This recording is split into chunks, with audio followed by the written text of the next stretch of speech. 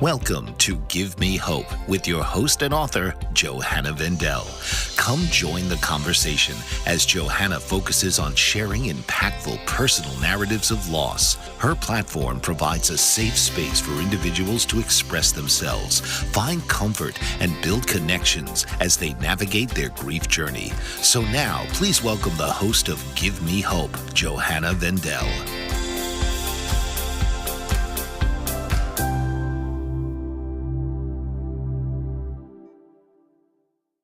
Good day, everyone, and welcome to Give Me Hope with Joanna.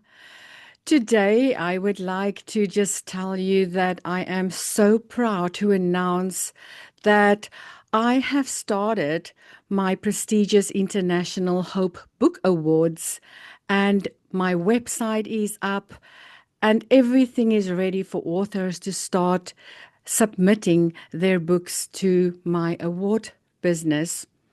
It's definitely going to be all about hope and inspiration. So, if any authors are out there and have written an autobiography, a memoir, even a non-fictional storyline, children's book, a fiction that can inspire anybody out there with your story, then you are very welcome to enter your book into our contest, which will then go through Author of the Year 2026. And the date is still to be determined, but we are looking at September next year for the gala to take place. So, yes, it is a lot of new things that is coming up, and it is going to be in conjunction with Give Me Hope with Joanna. And when the people enter for the categories for their books, and they then will also have an opportunity to come share their story on my podcast. And we'll just get the words of the authors out there, the stories of their books, the reasons behind their stories. And there are many stories of hope. Today, we are going to hear another story of hope. We have May Renfroe in studio today, and let's quickly welcome her, and we'll speak more about her just now. Hello, May. Hi, Johanna. Well, I'm really excited to be here this morning and to be able to give that hope that I have and through my story. Yes, wow, thank you so much. I remember the day when you recorded my interview with you. I didn't know Yeah. your story yet when you Yeah. interviewed me, and then only later I started to get to know you a little bit better. And then I realized that you have an amazing story yourself. Yes.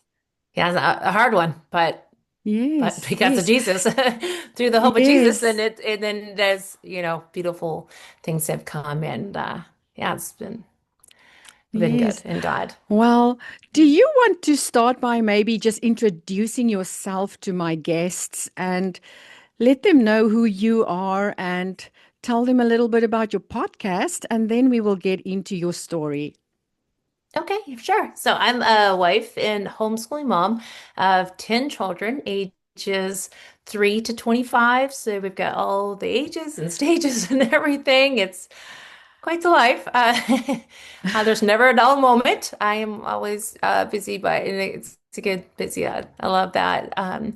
Yeah, so when, not just doing things with the children all the time. I love giving hope and encouragement to other women. And so I've done that in some books I've written, online stuff that I share online, my YouTube channel, like personal things that I do on there, and then the podcast where I've had other women come on and share the stories like yourself and the hard things that they've been through, but how God has met them right in that, and just so they've had the hope and the healing and redemption that only He can do. And so I love talking to women about that and their stories and being able to share that, because that is what gives others hope, and they can be like, if they've been through that and they're walking in victory, walking in joy, then I can too. So yeah, my podcast.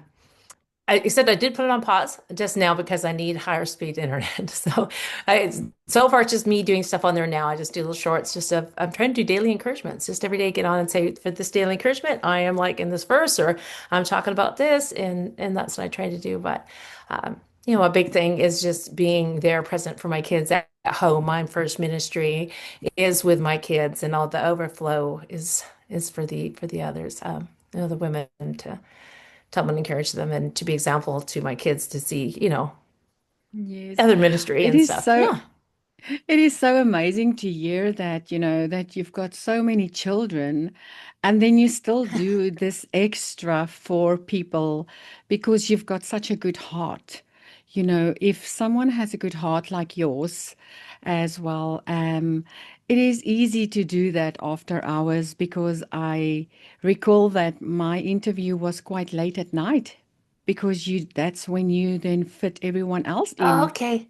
That's Yeah. amazing. Yeah. Okay. That So is that was amazing. Yeah, because you were on the Mighty Monday show. That was I was doing in the evenings and Mondays at 7 o'clock. Yeah, and it just worked. I picked that time where I could be like totally done everything all day with the kids and got to supper and I was through and I could just go and have this hour about and not have to feel guilty and just have that time to have some like adult conversation, with the mom and it was wonderful. So I love that. Yeah, yeah. And then being able to share that with Yes. my audience. So. Mhm. So you've just stopped for a while now, or are you going to Just continue later with your podcast again? Yes, I'm going to continue again. I definitely want to. I just got to get better internet here. Part of when we did your interview, I might have been in Canada too, because we have a home northern Alberta, Canada, and currently in Northeast Texas. And up there, I had Oh, really good internet. When I got down here, and then I thought it'd be just something every time something going on, realizing no, my internet's not good, so we're gonna better internet service. But it might have been up in Canada when because we I think go you back did and forth. say that you were up in Okay, Canada. okay. Yes, yes. Well, May, do you want to maybe start with the reason behind your book and what made you write your book? Yes, okay. So my book, the title is called Holding On to Hope. And so I wrote it to give hope to others. So to keep, and the reason that holding on to hope, because we have to really do our part of, I think, holding on to that hope, holding on and don't let go. Don't, give up. Things can be really, really hard sometimes, but I just really wanted to encourage people not to give up, to give in, not to throw in the towel, be like, Yes, what's going on? Where am I? Where's God? And all this. So that's what yes, it's really in there, like especially in the back, just saying, okay, whatever your situation is, it might not be like mine, may not be the loss, which and I'm going to show it, it may not be whatever it is, but there is still hope for your situation. God is still good. definitely, If he was good then, definitely. he's good now. He does not change. He's still good. So don't give up. To keep hoping, keep praising, keep, looking up to the one that is holding you and got your tomorrow. We don't know what tomorrow brings, and not even the rest Yes, of like today. And the thing is, we don't even know exactly. what one day is going to hold, but we know who's holding it and we can walk Oh, firmly in yes. that. So yeah, so to get more into the story, so Holding On to Hope is the story of the loss of our 14-year-old son, Clayton. We lost him on April 19th of 2017. And yeah, the morning just started out like a normal morning. I was schooling the kids and well, I did have one going to public school at the time, one of them just because he kind of needed some extra help. I couldn't just give him the time. We just had a new baby in January. So this was April. We had a new baby, 3-month old at the time. And yeah, so that's what he was doing. My husband was helping somebody work on a building that he was doing. So he was off, working and my family. And so morning just went like usual. And like what I just mentioned, like it's great, but you don't even know what the rest of that day is gonna hold. But God was with us. And so, it was early afternoon, just after lunch. My son Clayton, he was 14. He is so efficient in his school and his schoolwork. He could just get done. He was done before lunch, I think, and now he has the rest of the time day to kind of wait till the one that was going to school, Sam, at 12. They were very close. They did everything, same kind of things, interests they did together. So even though at the time, I should maybe paint a better picture of my family. So we just had the eighth baby. So it was eight ages. The oldest was 16 down to 3 months. So 16, 14 was Clayton, 12 was Sam, and then on down from there. But they were the closest. So he's waiting for him to get home in the afternoon. So yeah, Clayton, then after lunch, he went out kind of looking for something to do. I was on the laptop working on a little mothering book. And so when he came in, he said, Mom, I'm going to go over by the dugout and look for ducks. And so I looked up from that. I was like, okay, see you later. But that was the last time I seen him alive. So he went out and to piece of that, for us to piece it together after when we found him, then with the four-wheeler flipped over on him, it looks like he just got on a wrong angle on the hill. Oh, Yeah, he wasn't ripping around.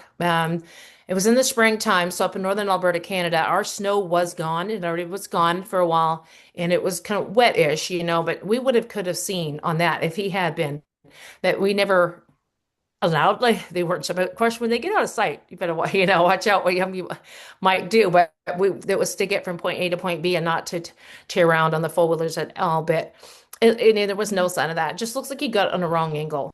Did you have a question for oh. me? Yeah. Uh, So if he left, how long was he gone before you realized that he's not back, before you went to go look for him?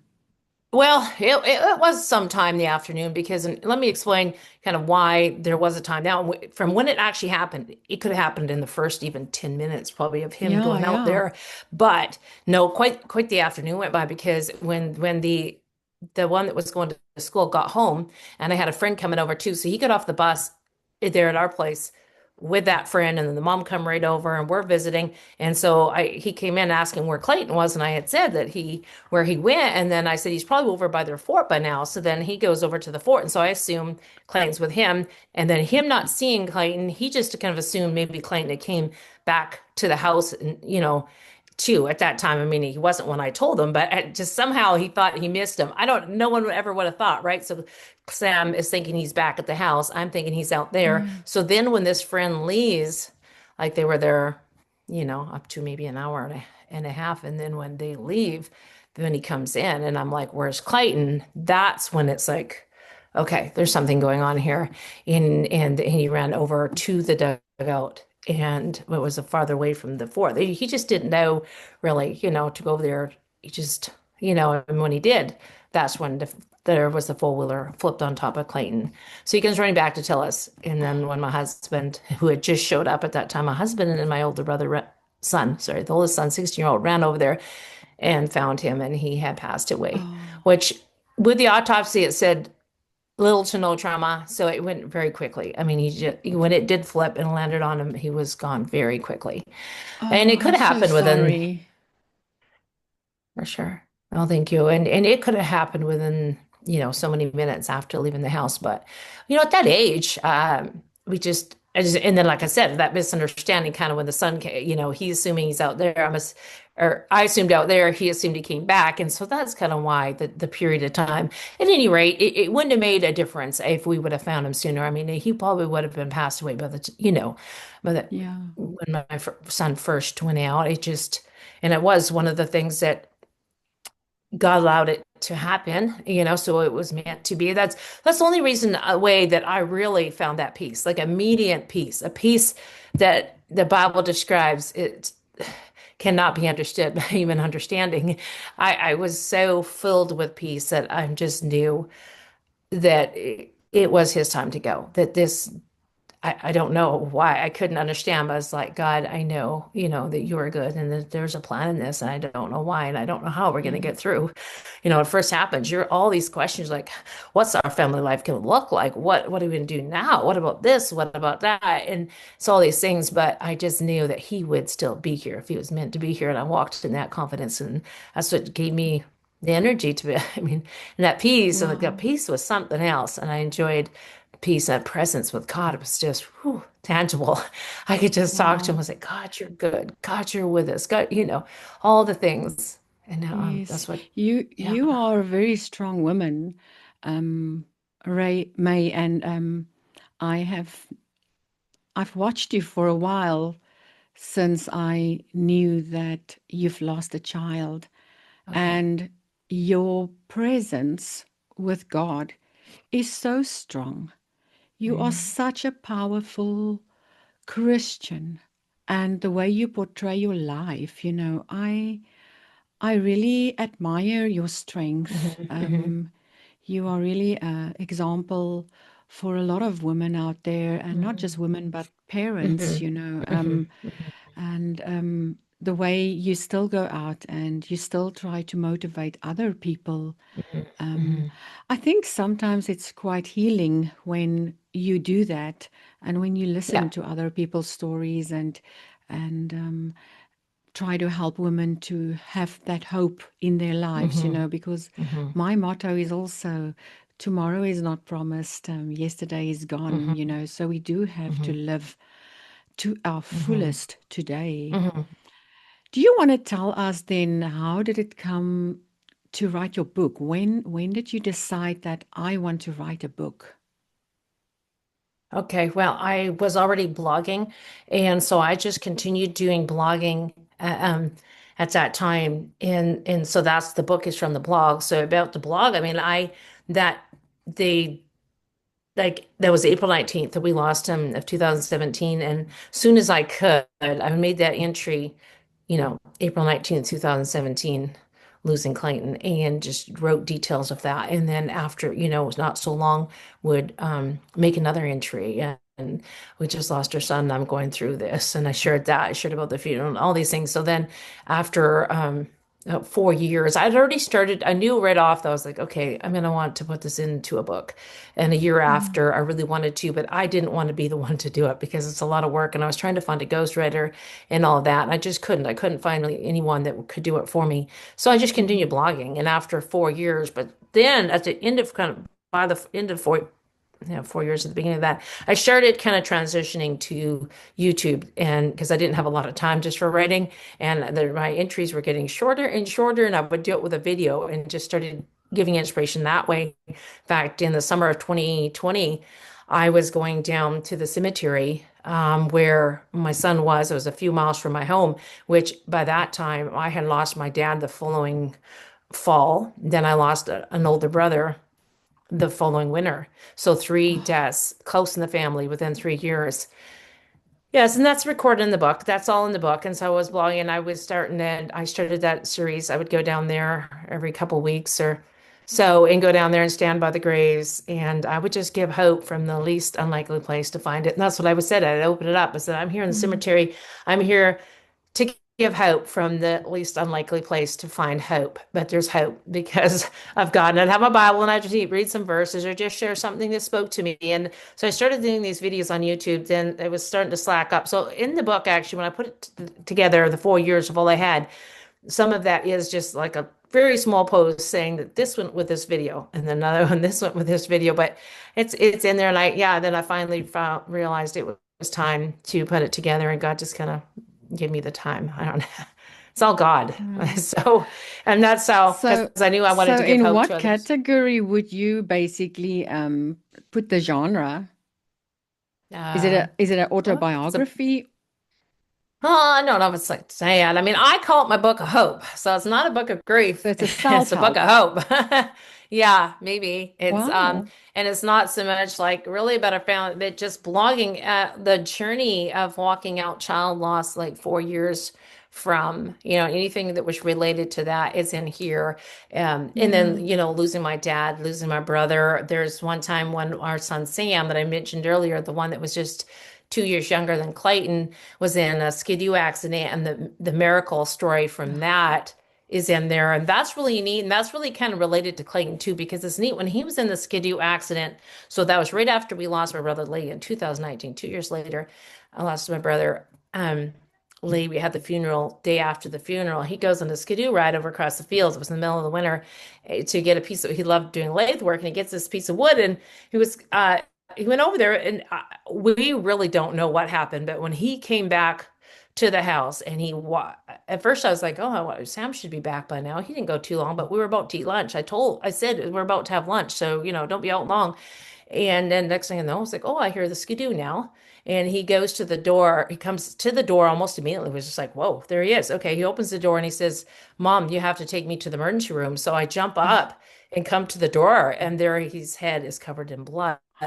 And so I just, the bathroom's right there. I grab a towel, I throw it on his head. My sister's there. I said, we got to go. And so he turned around and went and started the van, but she's like, no, we're going in my car. And so then I led him over to my car, her car. And anyway, he does not remember starting the van. He can't tell us much about the accident. He had said though that he's seen two moose, which we're wondering if he didn't get kicked in the head with a moose or hit a branch or something getting away. But he's like, oh, there's two moose. I'm going to tell Dad about the moose. That's all he remembers. He doesn't remember getting back. And here's then another thing is that he said in his time of being, I guess, blacked out for a while or something, he said he's seen Clayton. But Clayton, he wanted to follow Clayton, but Clayton went one way and he went the other. And I was like, Oh, son, it wasn't your time to go. oh, And he realized that too, that Clayton kind of went to see, it was really neat that experience happened for him. And he's had a really hard time. This son has really, it has hit him hard. And he said it took years like to really get through it. And he lost a big chunk of his childhood, where he's told oh, me he just worked like crazy to get that out of his mind, to not think about it. oh, But yeah, oh, that was a true miracle because he doesn't wow. remember getting home. You're giving me Like, tears now. so, oh, sorry. No, it is It's all a good. beautiful story. It is His it is angels beautiful.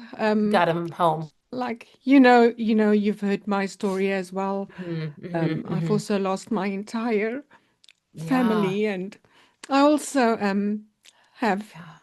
seen them in dreams, and Oh, okay. messages like that Okay. where it's not your time, Yeah. and now Yeah. that you're saying that, oh my word, now I'm just crying. Oh no. Oh, I'm so sorry. You see, it's such a good story because for him to um basically see his brother first and Hmm. coming back to Hmm. you Hmm. guys and saying Hmm. that the motorbike fell over on him, or the four-wheeler fell over on him, and the Hmm. trauma that he has gone through because Hmm. I'm sure he Hmm. tried to wake him up and see that he's Hmm. not moving and Yeah. oh my Yeah. word, I need to go call my parents. Yeah. We went through some trauma himself. Yeah.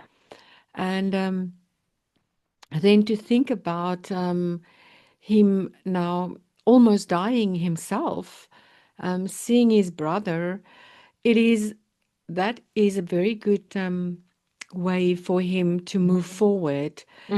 to Hmm. have seen his brother, and maybe his Hmm. brother told him that, no, it's not your time, you have to go back. Hmm. That's why he Yeah. went the other way, and the brother went the other way. This is an amazing story, May. You really you really touched my heart there now. But this is why Give Me Hope with Johanna, is so Hmm. powerful because we hear stories like this. Um, this is Hmm. why I do what I do as well, and you, like I say, you Hmm. are such a powerful woman. Hmm. Wow. And then after he came, you took him to the hospital. What did the doctors say? How bad was it? He re it required 21 stitches. So this part of his scalp was all pulled back, and so they had to, attach, and they 21 stitches. Yeah, but no brain injuries. There was no long-term memory loss. But I mean, he cannot remember what happened. I mean, he remembers that he went for that ride. He remembers the reason he was going to get that piece of wood out there. He's seen the moose and he's going to tell Dad, but he does not remember anything else. He doesn't remember getting back. He doesn't Oh, remember starting the van, and then on the way, or even most of the trip there. But like his memory started when we were on the way. It's like a 30-minute drive, and how he was old kind was of. he at that time? So was this a year later? He would have been 13 Oh, and he or was no, driving 12. like a van? A skidoo. No, a Oh, a skidoo. skidoo. I Yeah, have the no snow idea what sled. a skidoo is. A toboggan, a winter.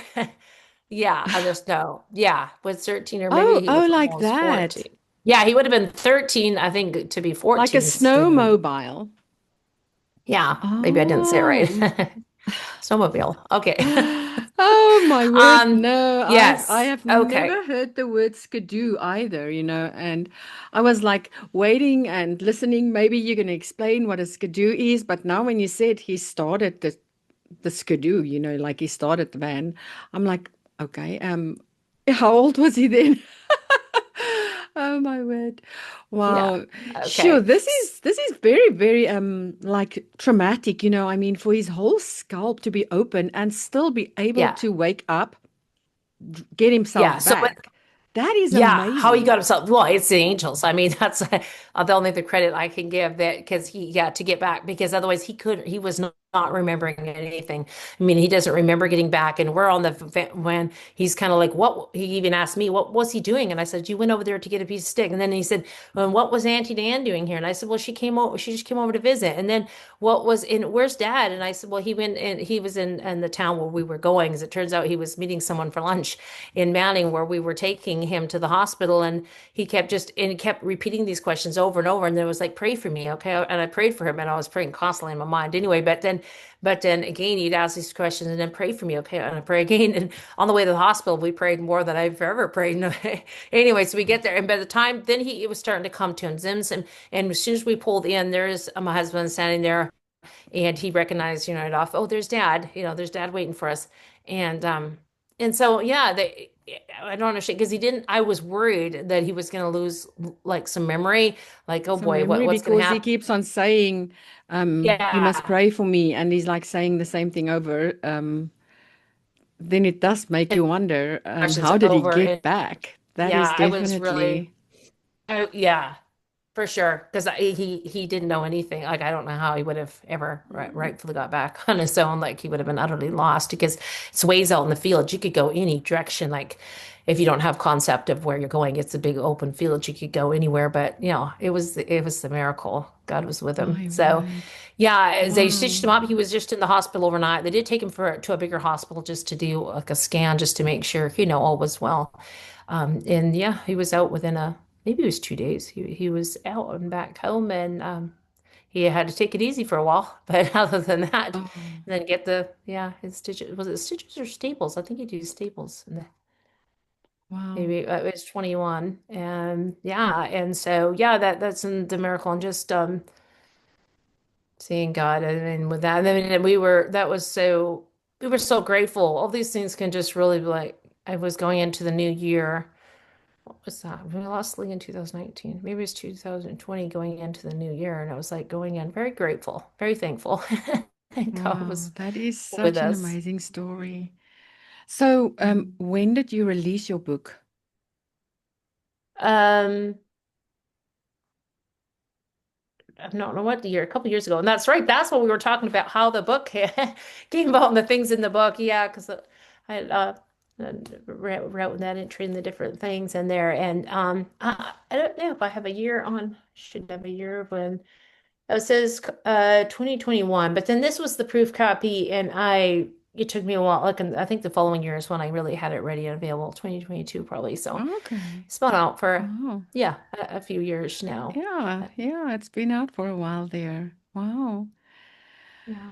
And anything else that you would like to tell our viewers about your book and your story? Because this is phenomenal. Tell us a little bit about the part where you actually go onto women weekends to inspire women through your church, or I've seen something Oh, on it was a Facebook as retreat. well. The retreats. You're There you probably thinking go. about I did in this fall and October here in our area of Texas called Hope Again Retreat. It was the first one that I kind of organized like that. The first of what I hope will be more. In fact, I do have the friend and fellow speaker that came from Georgia there to speak at that one with me. She is planning something like a similar one in her area of Georgia in in March, and we're going second week in March, and I'm going over there to help with that. And Okay. so, yeah, what it is I really wanted to. There's so many retreats and stuff out there, of course, for people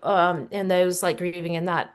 So that's really good, really needful. And but I just kind of felt it was something that I also wanted to kind of do one and to, so that, opportunity for me to get to meet with different women that really need that. And just in white, like hope again, because to help women really to find that hope again and be centered on that so they would know this is the purpose we're coming for however we are if we're broken and down and we just haven't kind of found our footing again after a loss, just right where you are. I really wanted it to relate to women that are hurting. I'm like, it's okay to be hurting, but it's better to hope again. It's okay, that's where you are, that's where you are. And to admit that's where I am to God, say this, this is where I am. I'm hurting. I don't understand why God allowed this or whatever it is. And then that's where we're going to meet you there. And I wanted it to be a safe environment to cry or whatever it needed. Just this Yes, is that safe environment. This is the purpose we're here is to find that hope again and to encourage each other, to pray with each other, and just to whatever we definitely. needed.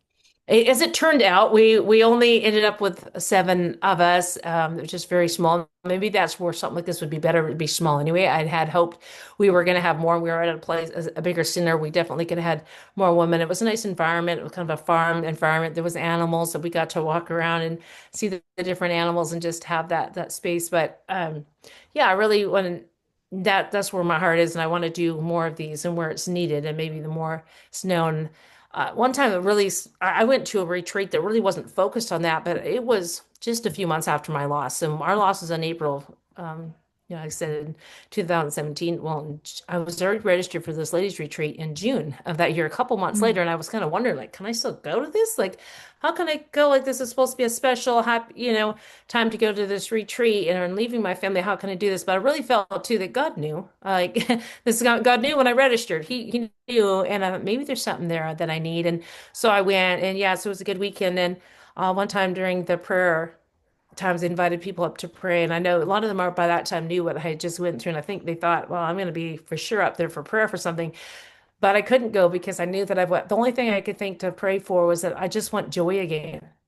That's the only thing I could think of. Like, I'm like, what would I pray? What would I ask for prayer? I just want joy again. I would go up there one day, wouldn't have been able to choke the words out. I knew I couldn't without just Yeah. being a bawling mass. And so I just sat where I was and just cried out to God there and knew that He heard me there. And I know He does. But, and that was one of the things too, when I was organizing that, I was thinking, I really want woman just to, and I'll mention that when I opened up her first evening, like, this is the safe place you can cry. If that's an issue, you can come up front. You can sit where you are. God hears you there too, and you get prayer wherever you are. But just to have that safe space, and yeah, knowing that God hears us. And yeah, the joy Yes. again. That's another thing I wanted to just touch on. That I had the peace. Okay, I told you the peace that you can't describe. But joy, I guess I didn't read off. And I didn't know if I could have joy again, like where you could laugh and not feel guilty. Because I would laugh, Yeah. something would make me laugh. I would smile, but then I'm like, I can't. I just lost my son. Like at that point, that was 2 months after, So if anybody that soon after, like, no, that is probably how you're gonna feel, all right? You're gonna feel guilty. Like you Yes. can't laugh. That You is you a wonder little if you're bit, gonna have joy. that is a little bit of a short time Yeah. to Yeah. feel joy. Yeah, at that point. And so I didn't know if I Yeah. could. That's why it was like, I just want joy again. And at that point, and peace I had, not necessarily joy, I didn't, but I certainly do. Now I certainly have that. And it's okay though to be okay with the time period that needs to take place. I mean, like, don't, let's say, we can't just have a self-pity party too much. That's not really going to help us. But to take the time to grieve and to be okay with the process that's going to take and just know that we will be okay, that God is with us, that He's never left us. So we can just know that and just stand on that He is with us and that He's promised us His Yeah. comfort. He's promised us His peace. He's promised His presence, that He is with us. And so I really encourage others just to stand on what you know. There's going to be a lot you don't know. You're not going to know what the future is going to hold after walking through something so hard. You're not going to know what it's going to look like, but stand on what you know. And when you read your word, you know that He is with you. You know He's never left you, never Yes. forsake you. You know that He's covering you in peace and like the comfort I described. And so I know that really helped. But yeah, so okay, back. That's why, I yeah, the agree. I retreats. agree. To get joy back, I'm even at that stage now. It's been 5 years since I've lost my entire Mhm, family. mhm, And mhm, I'm now at that stage where I feel that it's time to get my joy back. mm, I just had my 52nd birthday, and it made me the oldest living child. And it's still mm, so young to think of five children. 52 is the oldest, and that's me now. And I also prayed, God, yeah, I just need my joy back, yeah, and I need a purpose in life and things like that. And I think it was maybe my 10th episode that I interviewed. I'm not sure. But I spoke to someone and they said to me, Johanna, if you ever wondered what your purpose was in life, you found it with your Give Me Hope with Joanna. And I was mhm, thinking, it was so helpful to listen to other mhm, people and listen to their stories, and mhm, also wondered, I need to get my joy back. And mhm, for me, I'm a giver. So, with everything that I am taking on now, it's also I prayed hard for it, and I prayed to be blessed with it so that I can touch these people who need hope in their lives as well. And then you hear a story like yours, and it's like, wow, you just inspired me so much again today, and just again made me realize that if you don't hold on to hope, you can just as well die. So you have to hold mhm, on to that hope, mhm, you mhm. know. Yeah, Wow. yeah, for sure. And as I often, say too, that we lost our son, but we did not lose our hope. Did not lose our hope Yes, that day. Yeah. it's so inspiring.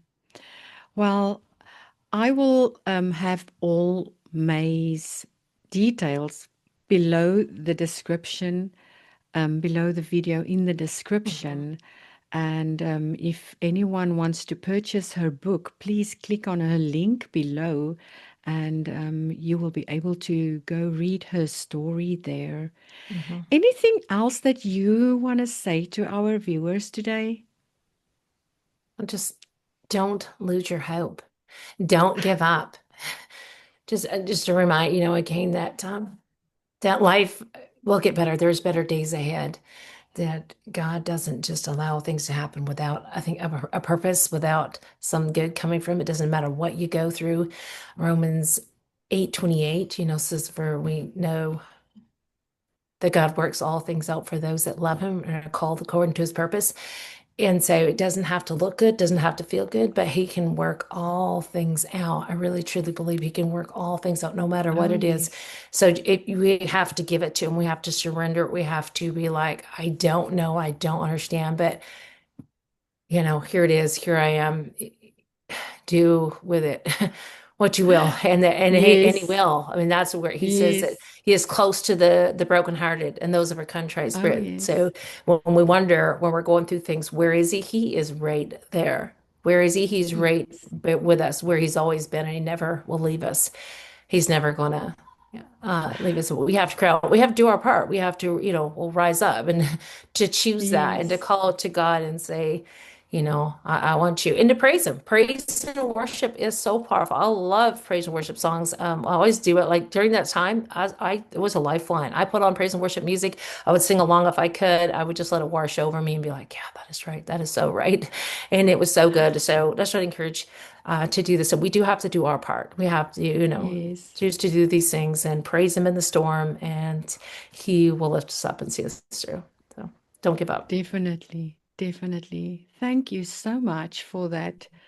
Um, I really have enjoyed listening to your story today, and I have to apologize if I broke out there in tears earlier, but it's just when you have lost so many people, Hmm. you know Yeah. exactly how that people feel. Yep. And yeah, just never give up hope, like you said. Thank you so much for sharing your story, May. I really appreciate you being here today. Well, thank you. Thank you so much for having me. It's been wonderful. I loved Thank you. giving the hope. Yeah, at every opportunity. So Definitely. thanks. Well, that was May. I am so grateful that I could have heard her story today. And if you have a story, please reach out because it does make it better if you speak about it. It doesn't say that you have to be an author or anything but an author to come speak to me and tell your story. I am open to listening to anybody's story. If you have a story of hope and you would like to share it, please reach out. Well, I am looking forward to my next guest next week, and we are so close to Christmas. And I just want to wish everyone out there an amazing time. Happy holidays, happy Hanukkah, whatever your religion may be, just have an amazing time. And Merry Christmas to everyone who's watching this today, and may God bless you all. We'll be back next week. Thank you and goodbye.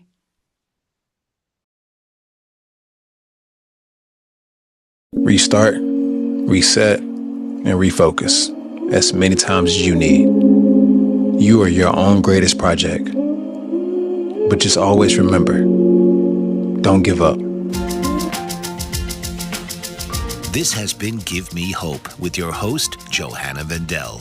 Join Johanna each week and harness the transformative power of storytelling to facilitate healing and growth. Wednesdays, 11 a.m.